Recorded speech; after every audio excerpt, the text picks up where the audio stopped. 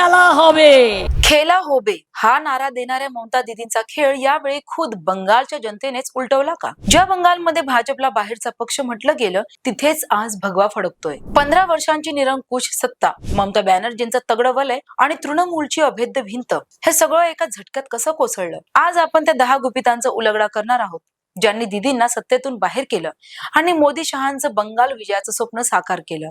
शुभेंदू अधिकारी, ज्यांनी 2021 मध्ये ममता दीदींना नंदीग्राम मध्ये हरवलं होतं, तेच या वेळच्या विजयाचे खरे शिल्पकार ठरले. अधिकारी यांनी बंगालच्या ग्रामीण भागात भाजपचं असं जाळं विणलं की ममता बॅनर्जींना शेवटपर्यंत त्याचा सुगावा लागला नाही. स्वतः ममता बॅनर्जींना त्यांच्याच बाले किल्ल्यात भवानीपूर मध्ये पराभवाचा धक्का सहन करावा लागला. हे केवळ एका नेत्याचं यश नव्हतं, तर तृणमूलच्या जुन्या नेत्यांनीच केलेलं बंड होतं. महिला मतदार आणि भाजपचं बूथ मॅनेजमेंट म्हणजे आतापर्यंत ममता दीदींची सर्वात मोठी ताकद म्हणजेच महिला होत्या. पण यंदा संदेश खाली सारख्या प्रकरणांमुळे आणि स्थानिक स्तरावरील भ्रष्टाचाराने महिलांना भाजपच्या बाजूने वळवलं. लक्ष्मी भंडार योजनेला भाजपने विकास आणि सुरक्षेच्या आश्वासनाने उत्तर दिलं आणि महत्वाचं म्हणजे भाजपची 50 प्रमुख रणनीती. अमित शहांनी स्वतः प्रत्येक बूथवर लक्ष ठेवलं होतं. भाय आउट भरोसा इन घोषणेमुळे मतदारांमध्ये राजकीय हिंसाचाराची भीती घालवण्यासाठी भाजपने दिलेला भरोसा हा नारा अत्यंत प्रभावी ठरला आणि अंग बंग आणि कलिंग या भाजपच्या जुन्या रणनीतीनुसार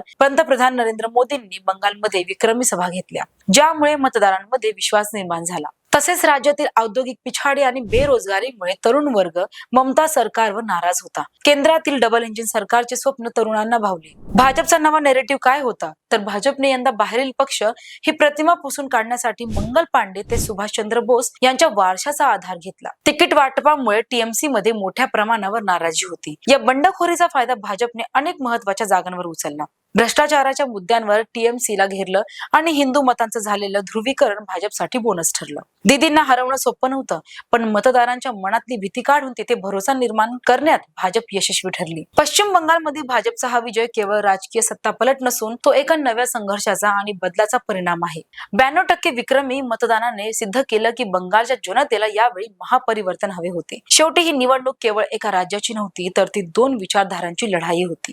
10 निर्णायक मुद्दे आणि भाजपची अथक मेहनत यामुळे बंगालच्या इतिहासात नव्या पर्वाची सुरुवात झाली आहे. तुम्हाला काय वाटतं? ममता दीदींचा पराभव हा केवळ भ्रष्टाचाराचा परिणाम होता की भाजपच्या रणनीतीचा विजय? कमेंट मध्ये नक्की सांगा आणि अशाच सविस्तर माहितीसाठी फॉलो करा थेट बातमी.